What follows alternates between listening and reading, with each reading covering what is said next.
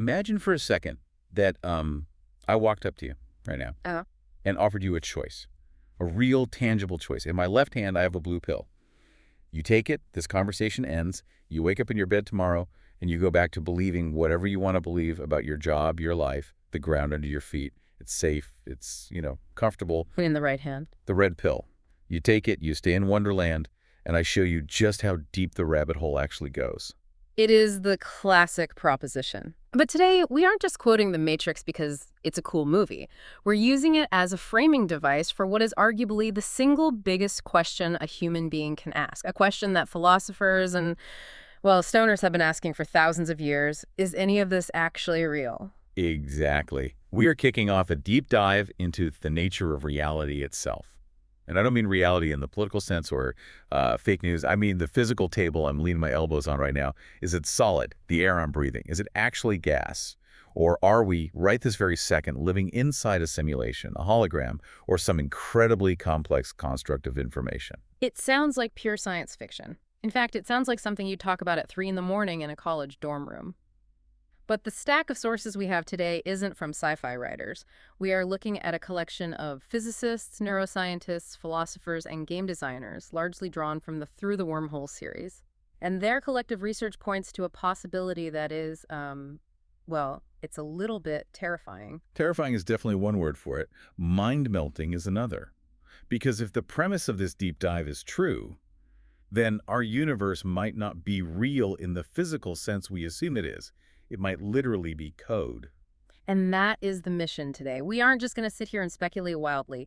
We are going to explore the scientific arguments, the actual math and physics that suggest the universe is computable. We're going to look at the code hidden in our physics, the glitches in our perception that suggest we're living in a render, and the possibility that consciousness itself is just data processing. I am so ready for this. But I have to admit, I'm also a little skeptical.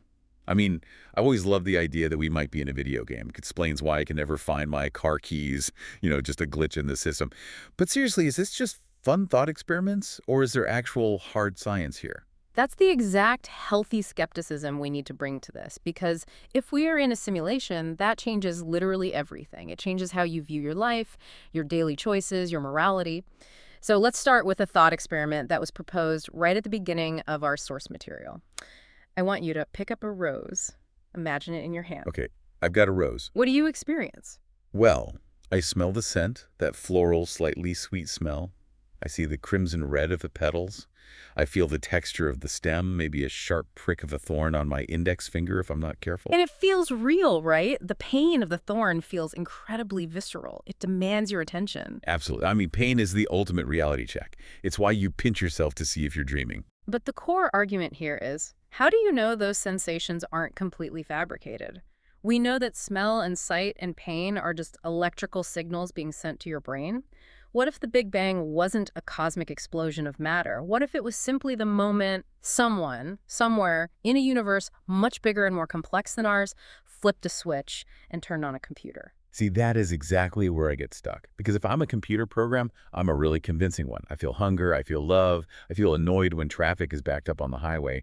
Reality feels too thick, too heavy to just be lines of code. That's what we call the intuition trap. It feels real because you are explicitly designed to feel it as real. But to understand how a simulation of this unimaginable magnitude would even work, we have to look at how we simulate things. We have to look at video games. Right. And specifically, we're looking at the work of Jesse Schell, who teaches game design at Carnegie Mellon University. Now, video games have come a really long way. I was playing a VR game recently, and looking off a digital cliff gave me actual vertigo in my stomach. It's impressive, sure. But Schell poses a really interesting challenge to that assumption. We tend to think that because video games are getting visually realistic, we have 4K textures, ray tracing, lighting, that we are very close to simulating reality. But Schell argues that simulating a full sensory reality is orders of magnitude harder than what we do on a screen. Because right now, we are really just tricking the eyes and ears. Exactly. Even VR is just two tiny high-resolution screens strapped in front of your eyes. Mm. Creating the illusion of 3D space on a flat surface is one thing. Creating actual 3D space that you can move around in, interact with, and touch, that's a whole different beast. Mm. But the real hurdle isn't the visual rendering, it's the other senses. Shell brings up the coffee example, which I thought was utterly fascinating, because I never really thought about the underlying physics of a simple cup of coffee. It's an absolute nightmare to program from scratch. Think about it. In a game like Grand Theft Auto or Cyberpunk, if your character picks up a cup of coffee, what actually happens? My character does a canned animation, maybe the cup steams a little bit, and my health bar goes up 10 points. Right. It's a symbol of coffee. It's not coffee. But in a full simulation, a simulation that needs to fool you into thinking you are a living, breathing human being, that coffee needs to have specific fluid dynamics. It needs to swirl correctly in the mug. It needs thermodynamics, meaning it has to cool down at a rate perfectly consistent with the ambient room temperature. Oh, and the smell. The smell is wildly complex chemistry, but the absolute deal breaker is taste.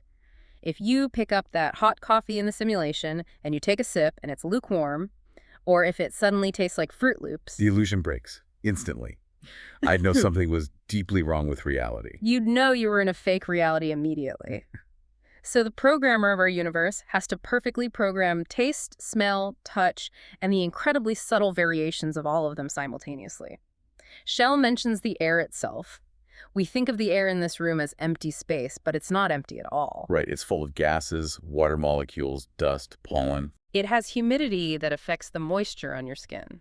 So to simulate just this room we're sitting in, you'd need a computer the size of, well, the universe itself.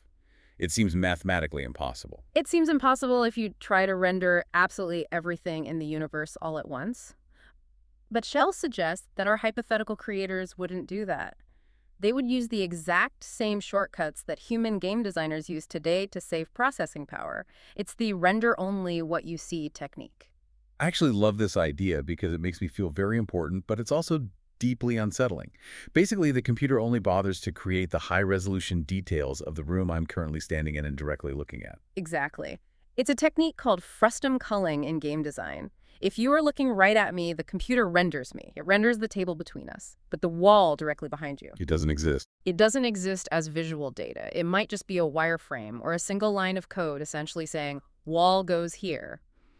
It doesn't become a high-resolution image with paint texture and shadows until you physically turn your head to look at it. As soon as you turn, the computer quickly renders the wall and simultaneously deletes the image of me to save active memory. That is so trippy. It implies the entire physical world is being built in real time just for my personal benefit, like a frantic stage crew running just ahead of me, painting the scenery right before I walk into the room. And tearing it all down into code the second you leave. But wait, hold on. That sounds incredibly efficient for a computer, but it sounds incredibly lonely for me. You're telling me that if I turn my back on you, you just dissolve into ones and zeros? That feels like solipsism, not actual science. It is the solipsistic angle, yes. If we take that strict efficiency model to its logical extreme, maybe you are the only active player in the entire simulation. So I'm the protagonist and everyone else is just code. Everyone else, me, your family, the people driving cars on the street outside, we could all just be NPCs, non-player characters. Simple, lightweight programs designed to populate your world so it doesn't look suspiciously empty. We only truly exist when you interact with us. Man, I don't know if I like that at all. It makes me feel way too responsible for everything. But also, if this system is so obsessed with efficiency, shouldn't we see the seams eventually?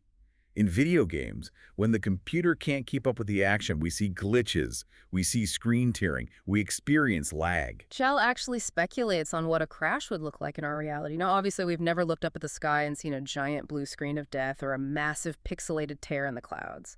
But he offers a fascinating theory called the frozen time theory. This one completely blew my mind when I read it. Walk us through this because it's a very specific kind of existential horror. So imagine the simulation crashes. The massive server running our universe overheats or it hits a fatal logic error. The creator has to pause the simulation to fix the bug or reboot the entire system. Okay, makes sense. But because we are inside the simulation, our consciousness, our perception of time is part of the code itself. When the simulation pauses, we pause. So I'm just frozen in place. You are perfectly frozen. Your neurons literally stop firing, the light waves stop moving through the air, time ceases to exist. The simulation could be paused for 1,000 years while the creator goes to get a coffee, fixes the broken code, and hits enter to resume. And for me, For you, the exact moment before the crash and the exact moment after the reboot are instantaneous. It would be entirely seamless. You wouldn't even know a microsecond had passed, let alone a millennium. so the universe could have completely shut down 5 minutes ago, stayed off for a billion years, and then just switched back on. And I'm just sitting here finishing the sentence like nothing happened. Exactly. We could be rebooting constantly, thousands of times a day, and we would have absolutely no way of measuring it or feeling it. That makes me feel incredibly fragile, like we're all just dancing blindly on the edge of a catastrophic hard drive failure. But okay, let's zoom out for a second. If this is possible, if the tech is theoretically feasible, who is running it? Is it advanced aliens? Is it God? Well, Nick Bostrom, a philosopher from Oxford, has a very specific and mathematically compelling theory. He believes the creators are us, or rather, our highly evolved descendants, the posthumans. This is the ancestor simulation theory. I've heard bits and pieces of this, but the logic always seemed a bit circular to me. How does he mathematically prove we're in a sim? He doesn't prove it as an absolute fact, but he creates a statistical probability that is incredibly hard to argue against. It starts with observing the trajectory of our own technology. Bostrom points out the stark contrast between the ancient architecture of Oxford, stone walls that have stood for 500 years, and the explosive exponential growth of computing power in just the last few decades. Right. We went from playing Pong, which was literally just two white lines and a dot on a black screen, to photorealistic, massive open worlds in roughly one human generation. That curve isn't just steep, it's virtually vertical.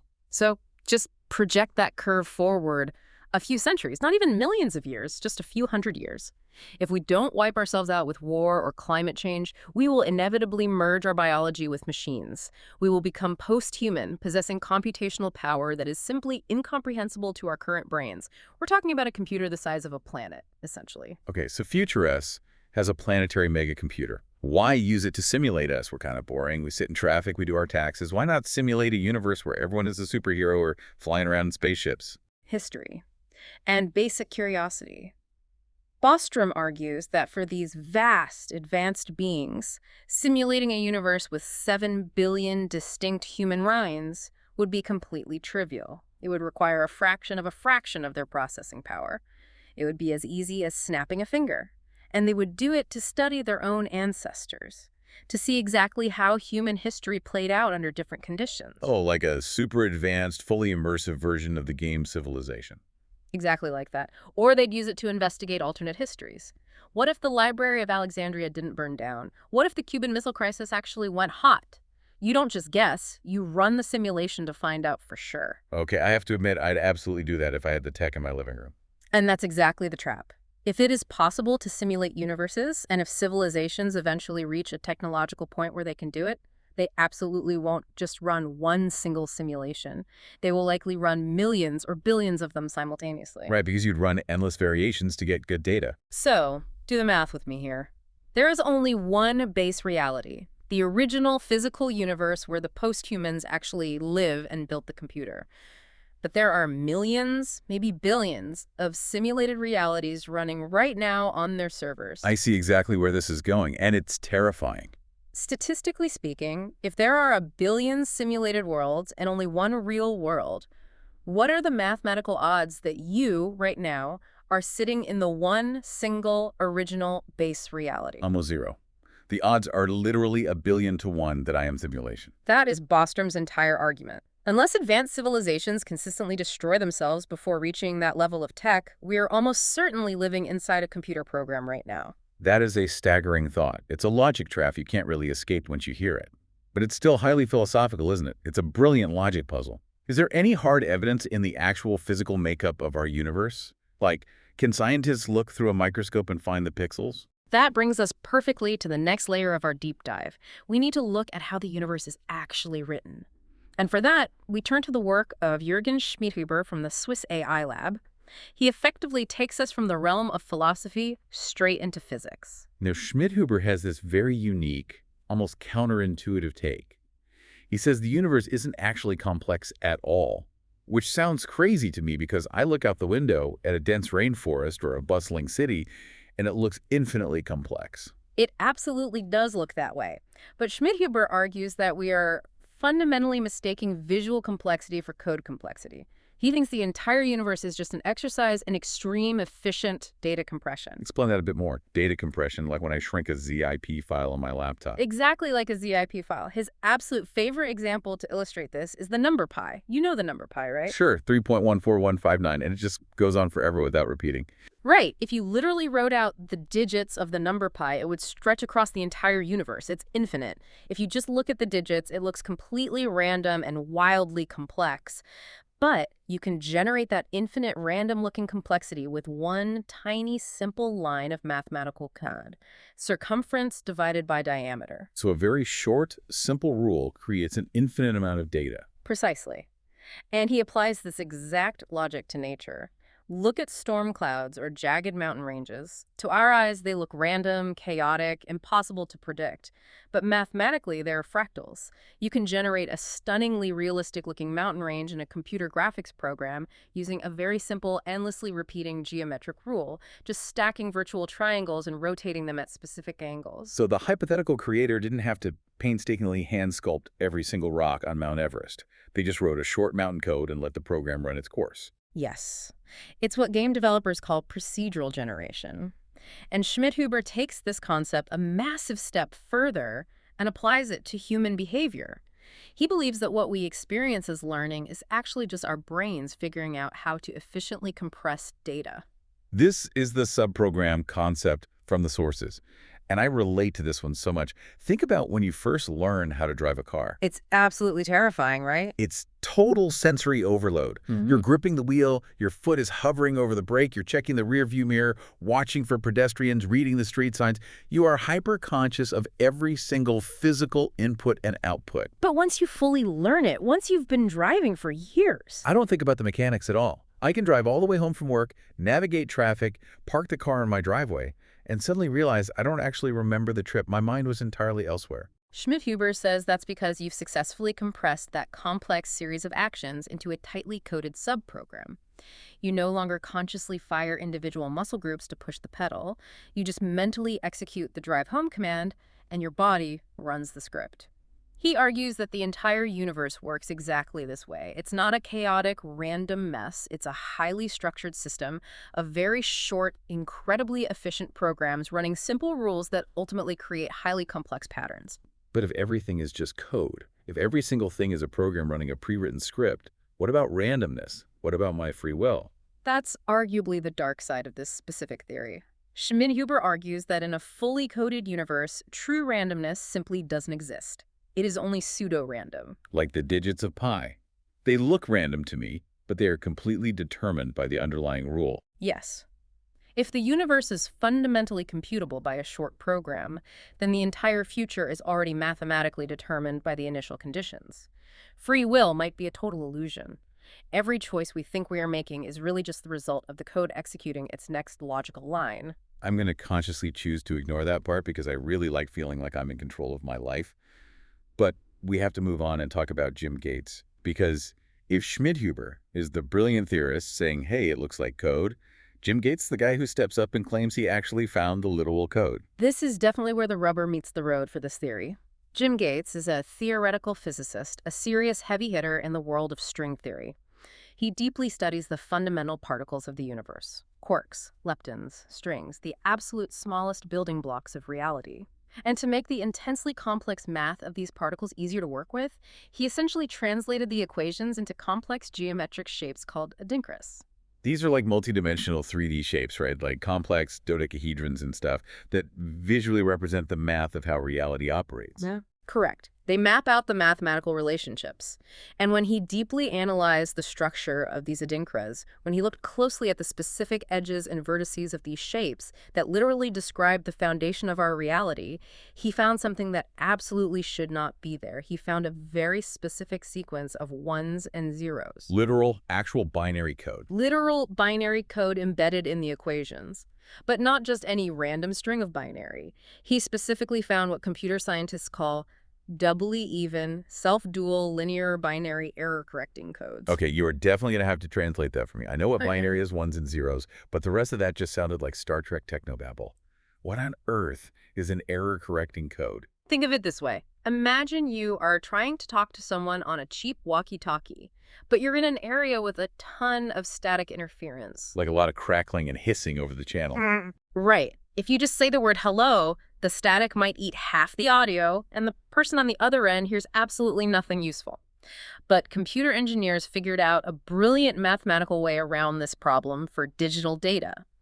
They wrap the core data in extra calculated layers of information, redundant information. So I don't just send the raw message. I send a digital guard dog along with the message to protect it. That's a really great way to put it. This code, this specific type of error correction, mathematically checks the data upon arrival. It looks at the message and says, hey, a 0 got randomly flipped to a 1 during transmission here. That's a data error. And because of the genius way the redundant code is structured, it can actually calculate what the original bit was supposed to be and fix the error. It flips the bit back. It autocorrects the universe. It auto-corrects the digital data transmission. Your web browser uses this exact mathematical logic every single day. It's exactly how you can download a high-resolution photo of a cat over a spotty Wi-Fi connection and not have it turn into a completely garbled mess of random pixels. The code relentlessly ensures the structural integrity of the data. And Gates found this specific, man-made, browser-style code. Where exactly? Buried deep in the equations that fundamentally describe quarks and leptons, the literal building blocks of our physical reality have browser-style error correction written directly into their underlying math. Okay, that actually gives me genuine goosebumps. Because why in the world would nature need a digital error correction system unless nature is fundamentally made of data? Exactly the question he asked. And Gates draws a biological parallel that is completely fascinating. He points out that we already see error correction in nature, specifically in our DNA. Right, the boxer analogy from his research. Yes. Think of a living cell trying to replicate its DNA like a tired boxer standing in a room. The cell is constantly under severe attack from the environment. Cosmic radiation, harsh chemicals, oxidation. It's constantly taking brutal hits. Without an error correction system, the boxer, the cell, would collapse almost immediately. One bad copy of the DNA and the cell simply dies or mutates into cancer. But genetic error correction mechanisms keep the boxer standing on his feet. It constantly repairs the microscopic damage so the overall organism can survive and function. So Gates is looking at this and asking, why has the entire physical universe managed to last 14 billion years without a catastrophic crash? Exactly. A simulation of a universe is an unimaginably complex computer program. Over billions of years of runtime, massive data corruption should inevitably happen. Maybe the universe has persisted this long. Maybe the stars haven't just winked out of existence because there is literal error-correcting code written into the very fabric of reality, constantly keeping the quarks and strings stable and functioning. I have to say, that is by far the most convincing piece of evidence for me. Finding actual browser code in string theory math, that's not just a funny coincidence. That feels like finding a fingerprint on the glass. It's certainly a smoking gun for the proponents of the simulation theory, but it also raises a really weird paradox. Because if the underlying code is so perfect, if the physics engine of the universe is so high-res and stable, why are we, the observers, so incredibly glitchy? What do you mean by glitchy? Like we get sick? I mean, our fundamental perception of the world. If we are the users experiencing this simulation, our user interface is actually terrible. We casually assume our eyes act perfectly like video cameras, flawlessly recording the objective truth of the world around us. But Lawrence Rosenblum and the magician David Gabay clearly show us in the sources that's not true at all. I really love that they brought actual magicians into this deep dive. Because magicians are basically real-world reality hackers. They make a living exploiting the unpatched bugs in our brain's software. They routinely exploit a bug called modal completion. If you see a rabbit partially hidden behind a top hat on a stage, your brain automatically assumes the rest of the rabbit's body is physically there behind the fabric. You mentally see it, even though your physical eyes absolutely don't. And the classic ball toss trick.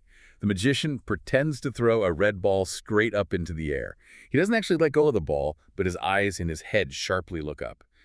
And because my brain is socially programmed to follow his visual cue, I literally see the ball go up into the air and vanish. My brain invents the image. Your brain actively constructs the reality it statistically expects to see, not necessarily what is actually physically happening in front of you. But the most powerful, undeniable demonstration of this glitch is the McGurk effect, also known as the Buffet illusion. Have you ever actually watched a video of this? Oh, it's completely wild. It messes with your head. So for the listener, they have a video of a guy clearly saying the syllable ba, B-A. The audio track is unmistakably a hard ba sound. But then, without changing the audio at all, they change the video footage, so his lips are making the physical shape for fa, or va, where his top teeth are resting on his bottom lip. But again, the audio track fundamentally remains ba. Right. But when you sit there and watch it, you don't hear ba. You clearly hear fa. Your eyes completely override your ears. The brain basically says, look, his lips are doing this specific movement, so the sound hitting the eardrum must be fa, and it alters your perception in real time. And the absolute kicker of the illusion is, if you simply close your eyes while the video is playing, you instantly hear ba again. Open your eyes, the sound changes back to fa. Close them, ba. You cannot consciously stop your own brain from completely rewriting the incoming sensory data. It's deeply unsettling. It means I really can't trust my own senses to tell me the truth. I'm not actually seeing reality. I'm seeing a heavily edited story my brain is furiously telling me just to make sense of things. And that story is constructed based on an incredibly limited slice of data. Charles Falco, a physicist, points out that we are effectively blind to the vast majority of the actual physical universe. This is the concept of evolutionary blindness. Right, because we only see the visible light spectrum, which is just a tiny, tiny sliver of all the electromagnetic radiation that's actually out there. Falco uses a great visual example of a red bust, like a statue. To our naked human eyes, the surface of the statue looks perfectly smooth and solid red.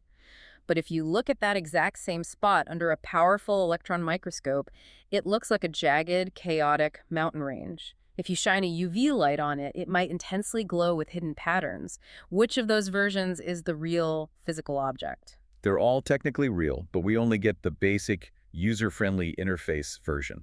Because human evolution didn't design our brains and eyes to see the ultimate truth of the cosmos. It designed us exclusively to survive long enough to reproduce. Falco calls it the spotlight of attention. Right. It's like looking at the world through a pair of narrow binoculars. We intensely focus on the movement of the tiger in the tall grass because noticing that movement matters for our immediate survival. We completely ignore the microscopic texture of the rocks, or the ambient UV radiation, or the complex electric field surrounding us. Our brains actively and aggressively suppress peripheral information just to prevent our processors from overloading. So not only is the master computer of the simulation rendering only what we see to save power, but our own brains are also filtering out 99% of the incoming data before we even consciously process it. We are living in a highly edited, compressed version of reality. A fragile tissue of illusions, as one of the sources vividly describes it. And if you think human perception is fundamentally shaky, just wait until we zoom all the way down to the quantum level. Because down there, reality doesn't just look a little different, it behaves in ways that are physically impossible in our everyday macro world. This is definitely where common sense just gives up and goes to die, the quantum layer. David Tong, a theoretical physicist from Cambridge, takes us deep into this territory. He explains that when you zoom in on solid matter, past the biological cells, past the individual atoms, all the way down to the subatomic particles, reality gets distinctly fuzzy. Fuzzy how? Like an out-of-focus, low-res photograph. More like the blurred edges of a shadow. It's rooted in the Heisenberg uncertainty principle.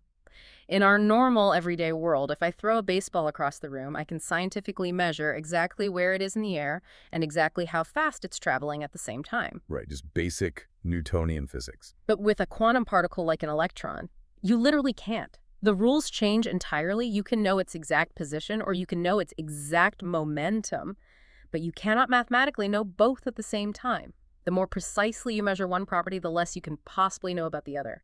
It's almost like the universe stubbornly refuses to be completely pinned down. Like it hasn't actually decided where the particle is supposed to be yet. Tong points out that particles can simultaneously act as spreading waves and distinct particles depending entirely on how we look at them. They can effectively be in two different places at the exact same time.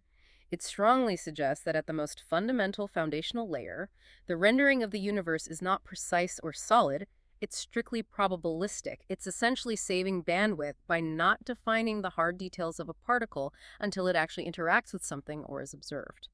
And this leads us to maybe the wildest, most mind-bending theory in the entire stack of sources, the holographic principle. This is a really heavy concept. It actually originates from the intensive study of black holes in deep space. Physicists studying the math of black holes realize something completely bizarre. The total amount of information a black hole can potentially hold, and by information, think of the quantum data of everything that has ever fallen into it, isn't mathematically proportional to its three-dimensional volume, the actual empty space inside it. It's uniquely proportional to its two-dimensional surface area, the boundary known as the event horizon. Okay, that sounds like a piece of high-level math trivia. Why does that weird quirk matter to me, sitting down here on Earth? Because it completely breaks the foundational rules of how we understand 3D space. Imagine a huge physical library. The information is stored inside the physical books, right? And the books are 3D objects taking up 3D space on the shelves. Here, that makes intuitive sense. But if the holographic principle is universally true, it's mathematically like saying the information isn't actually stored inside the physical 3D books. It's entirely written flat on the 2D walls enclosing the library. Wait, so the 3D object itself is just a projection? Exactly. The math of the holographic principle suggests that our entire three-dimensional universe, you, me, the chair you're sitting in, the distant stars, might just be a complex projection.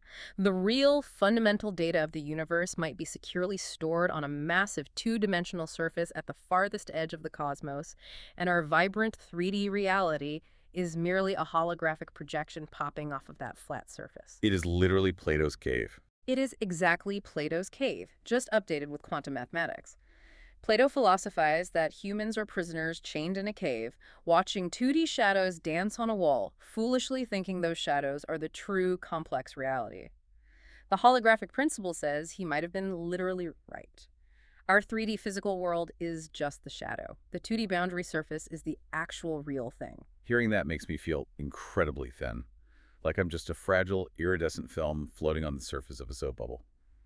But speaking of things that fundamentally aren't real, let's pivot and talk about dreams. Because if we are seriously questioning physical reality, we have to question the one state where our brains completely create their own reality from scratch every night. Jan Vesterhoff brings up a really disturbing, purely statistical point about the nature of dreaming. On average, humans spend about 20% of their sleeping hours in REM sleep, which is when we actively dream. If you do the raw math on how much total time a human spends awake versus how much time they spend vividly dreaming, there is roughly 1 in 10 mathematical chance that you are dreaming right now. I am pretty confident I'm not dreaming right now. I can clearly feel the hard wood of the table. But can you really trust that feeling? In a vivid dream, you feel the table. In a dream, you have logical thoughts, and you firmly believe you are awake. Vesterhoff also points out that dreams can be highly recursive, acting like nested folders on a computer. You can easily have a dream within a dream. You can wake up in a dream, start your normal day, brush your teeth, drive to work, and then suddenly wake up again in your real bed. I absolutely hate those dreams. It feels like a massive betrayal by my own brain. You did all the morning work, and now you have to do it all over again in reality. But here is Vesterhoff's fascinating philosophical pivot on the whole subject, and I think this is really crucial for our listeners who might be having a minor existential crisis right now. He simply asks, does it actually matter? This is the dream cake argument. I love this part. Yes. If you sit down and eat a rich piece of chocolate cake in a vivid dream, and it tastes incredibly delicious, and you feel full, and you pay for it with dream money, the subjective experience of that event was entirely valid for your consciousness. Basic causality still exists within the dream framework. You were hungry, you took an action, you ate, and you felt satisfied. So even if this entire universe is a massive computer simulation, or a 2D hologram projecting into 3D, or just a collective dream, the actual lived experience is completely real to us. Exactly. Our actions still have very real, measurable consequences within the established framework of the simulation. Physical pain is still experienced as pain. Genuine love is still felt as love. The emotional weight doesn't vanish just because the physics engine might be made of code. But there's one specific thing that feels like it absolutely must be fundamentally real, regardless of the framework. My own mind. My inner consciousness. It goes back to Descartes, right? I think, therefore I am. Even if the table is totally fake, the eye observing the table is real. And that profound thought brings us to the deepest, most complex part of the rabbit hole in our sources. Consciousness. The ghost in the machine. This is exactly where the scientific debate gets incredibly heated. Is human consciousness just complex software running on the wetware of the brain? Or is it something much deeper and fundamental to the universe? We have Stuart Hameroff and Roger Penrose tackling this, and they have a collaborative theory that sounds like it boldly bridges hard quantum physics and ancient spirituality.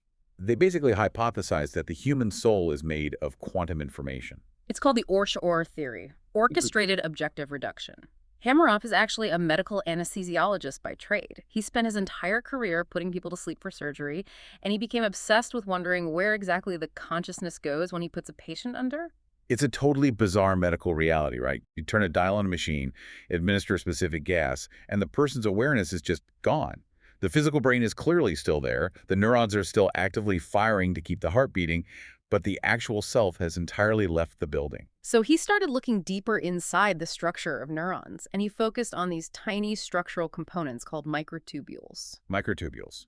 What exactly are those in simple terms? Think of them as the tiny scaffolding or the physical skeleton of the cell. They give the biological cell its structural shape, but Hameroff forcefully argues they're doing much more than holding the cell up. He argues they are actually biological quantum computers. He thinks they process complex information at a subatomic molecular level using the bizarre rules of quantum entanglement. So the human brain isn't just a classic linear computer with biological switches flipping on and off like a line of dominoes. It's a quantum receiver actively connecting to the broader universe. That's the core claim of Orchar. He boldly suggests that what he calls proto-consciousness actually exists permanently in the fundamental fabric of the universe, exactly like physical mass or gravity or electron spin. It's an ambient property everywhere in space. Our biological brain, specifically the microtubules, simply evolved a complex way to access it, much like an antenna picking up a radio signal that's already broadcasting in the air. And this framework amazingly explains near-death experiences, or NDEs. This part honestly gave me chills when I first read it in the notes. It provides a potential quantum mechanical mechanism for them. Hameroff suggests that when a patient's heart physically stops beating and oxygenated blood flow entirely ceases to the brain, the microtubules lose their delicate quantum state. They can no longer maintain the biological energy required to hold the complex signal. So the biological radio receiver fundamentally breaks down. But the crucial part is the signal itself. The complex quantum information inside those microtubules, specific data pattern that fundamentally makes up you, doesn't get destroyed, because a core law of quantum physics states that fundamental quantum information simply cannot be destroyed. So it seamlessly dissipates back out into the broader universe. Yes. The soul, for lack of a better word, returns to the cosmos as quantum data. Now, if the doctors manage to revive the patient with a defibrillator, the quantum information instantly snaps back into the repaired microtubules, and the patient wakes up on the table urgently saying, "I saw a bright white light," or "I floated out of my body and watched you work on me." And what if they aren't successfully revived by the doctors? Then that specific pattern of quantum information simply persists out in the broader universe indefinitely. It's essentially a hard scientific framework for the concept of an eternal soul. It profoundly suggests that human consciousness isn't locally produced by the meat of the brain, it's merely received and focused by the brain. That is surprisingly comforting, actually. It feels infinitely less depressing than thinking we were just biological robots running blind evolutionary scripts. Yeah. But on the other side of the debate, we have Melanie Bawley, a neuroscientist who takes a much more grounded, pragmatic approach. She thinks we don't need quantum physics to explain it, and we can actually measure consciousness with a hard mathematical number. Yes, she is a major proponent of integrated information theory. She argues that consciousness isn't simply about how many raw neurons you have packed into your skull. For example, she points out that the cerebellum, the part of your brain at the base of the skull that primarily controls movement and balance, actually has significantly more individual neurons than your highly evolved cerebral cortex.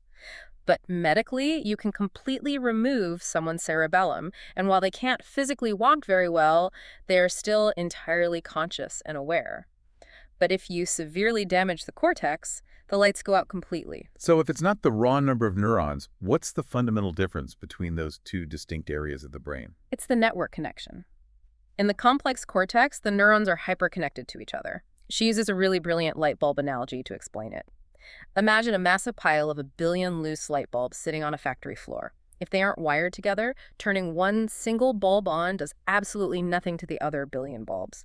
That lack of communication represents a very low state of consciousness. But if they are intricately networked together with wires, Then turning one bulb on immediately triggers complex patterns in thousands of other bulbs. They constantly talk to each other.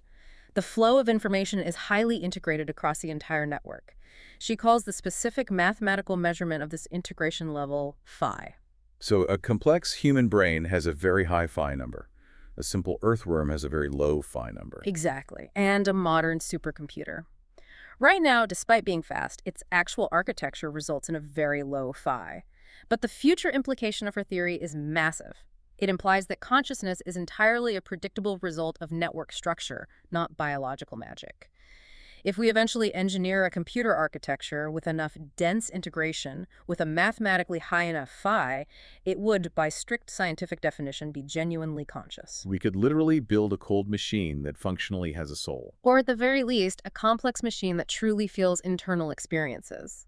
A machine that might suddenly wake up, look around, and begin to passionately wonder if it is trapped in a simulation. Which brings us perfectly to the final and perhaps most deeply arrogant part of our journey today. Because if we can build conscious machines, and if we can mathematically decode the underlying error correction of the universe, and if we can spot the psychological glitches in reality, are we rapidly becoming the ultimate masters of the simulation? Are we finally ready to just play God? This is the entirely natural, inevitable evolution of this specific topic. We humbly start by asking if we are currently being simulated by someone else. We arrogantly end by realizing we are rapidly acquiring the tools to become the simulators ourselves. Look directly at the work of Tom Rikicki and his obsession with the Rubik's Cube. Oh man, this guy mathematically solved what he literally calls God's algorithm. I just absolutely love the sheer hubris of that name. It's a great name. So a standard Rubik's Cube mathematically has over 43 quintillion possible scrambled positions. To a human eye, it's pure, unsolvable chaos. But Rokicki relentlessly proved, by marshaling massive amounts of donated computing power from around the globe, that absolutely any scrambled position on that cube can be perfectly solved in 20 moves or less. That's just insane to me. No matter how impossibly messed up the colors on the cube are, you are mathematically always only 20 perfect moves away from total order. And he beautifully applies this aggressive mathematical optimism to the real world we live in. He believes God's algorithm isn't just for toys. He asks, if we can harness enough sheer computing power, can we eventually find the absolute optimal sequence of moves to completely eradicate world hunger, to cure complex diseases, Thanks. to perfectly optimize the global economy and end poverty? He genuinely thinks that with enough hard math and processing power, we can forcibly solve the world's most agonizing, quote-unquote, unsolvable problems. We don't need a miracle, we just need to calculate the right 20 moves. It's the ultimate Silicon Valley hacker ethos applied directly to physical reality. It's boldly saying, the current code of the world is messy and full of suffering, but we are finally smart enough to debug it. And another researcher, Adam Arkin, is taking that exact ethos and directly applying it to biological life itself. The mushroom chair guy? Yeah. This section was wild. Right, the bioengineer. He is aggressively pushing the scientific envelope past simply building dead things out of wood and steel to actively growing complex things. He intensely talks about writing biological instructions and programming living cells, exactly like a software engineer writes Python code. I really love his visionary idea of the living bicycle. It sounds totally absurd when you first hear it, but it's real cellular engineering. He envisions a future where you don't build a bicycle in a metal factory, you grow a living bicycle from a vat, where the programmed cells naturally self-assemble into rigid bone-like gears and spinning wheels based purely on DNA instructions you typed into a computer. Or he talks about a comfortable chair made entirely of engineered fungus that biologically senses when your muscles are physically tired and slowly morphs its shape into a bed to support you. It's literally changing the fundamental source code of nature. We aren't just passively living inside the simulation trying to survive anymore. We are actively downloading the developer tools and modding the environment to suit us. And finally, to really cap off this idea of playing God, we have to talk about Richard Janikowski and the Blue Crush program, because this is exactly where playing God gets a little bit ethically scary. It's about achieving near omniscience through raw data. Right. This is the predictive policing experiment. He used massive amounts of municipal data to mathematically predict where and when crimes would happen in the city of Memphis. And the staggering part is, it actually worked. Violent crime in targeted areas statistically dropped by 25%. He found hidden mathematical patterns in human behavior that human detectives completely missed, like his famous donut theory for how burglars operate. Right. The data showed that burglars rarely rob houses immediately next door to their own, because that's way too socially risky. They might be recognized. But they also don't want to drive an hour away into an unfamiliar neighborhood to do a job. So their target zone naturally forms a geographical donut shape around their home address. Janikowski basically uses massive data sets to literally predict the human future. He can look closely at your mundane credit card history and accurately predict that you will buy a pumpkin pie next Tuesday. And scaled up, he can look at decades of complex crime data and accurately predict that an armed robbery will likely occur on a specific street corner next Friday at 2 p.m. It's exactly like the movie Minority Report, but it's actually real, and it's happening right now with our data. And it powerfully raises the ultimate ethical dilemma of our time. We are rapidly approaching a state of godlike oversight over human behavior. If our algorithms can predict human behavior with near 100% mathematical accuracy, are we just finally learning how to read the underlying code of the simulation we live in? And more importantly, if we can perfectly predict human behavior, can we subtly control it? That is the ultimate terrifying question. So let's try to bring this massive, sprawling topic all back home. In the last hour, we've gone from examining the thermal physics of a fake coffee cup to finding internet browser code hidden inside string theory, to debating quantum souls escaping from dying brains, to predicting criminal behavior with math. My brain is officially melted into a puddle on the floor. It's definitely a heavy intellectual journey. It inevitably takes you from casual skepticism to deep paranoia to a strange kind of cosmic realization. But what's the ultimate practical takeaway here for the listener? Because if I walk out of the studio firmly convinced that absolutely nothing around me is real, I might honestly just go lay down on the sidewalk and wait for the server to crash. I think to find the real meaning here, we have to go back to Jürgen Schmidhuber. Remember his foundational point about the universe being a highly compressed short program? He powerfully argued that even if we are ultimately just code, even if you as a human being are just a tiny handful of complex data lines executing inside a massive universal software program, you are mathematically essential. Because of the tight data compression. Exactly right. In a highly compressed, incredibly efficient code base, every single bit critically matters to the whole. If you randomly delete or change one single tiny line of code, the entire program either fatally crashes or fundamentally alters its output. So even if I'm just a localized subroutine in a simulation, I'm essentially a load-bearing wall for the entire universe. That is a perfect way to conceptualize it. You are an essential, integral ingredient of the cosmos. You literally cannot be edited out without making the whole thing radically different, more complex, and significantly less efficient. You mathematically matter. I really like that perspective. It grounds the whole crazy theory and gives immense meaning to the madness. Whether this wooden table is real atomic matter or a clever quantum hologram, whether my consciousness is a happy biological accident or a post-human history project running on a server. The simple truth is, I'm here. I'm subjectively experiencing it, and my physical and emotional actions definitively ripple out and affect the rest of the code. And I want you to consider this final mind-expanding thought as we wrap up. We, right now, as a species, are currently standing directly on the technological threshold of creating our own hyper-realistic simulations. We are rapidly learning how to reprogram foundational biology. We are actively predicting the future with massive data algorithms. We are steadily, day by day, becoming the advanced posthumans that Bostrom theorized about. Exactly. We are actively evolving to become the gods for the very next inevitable level of reality.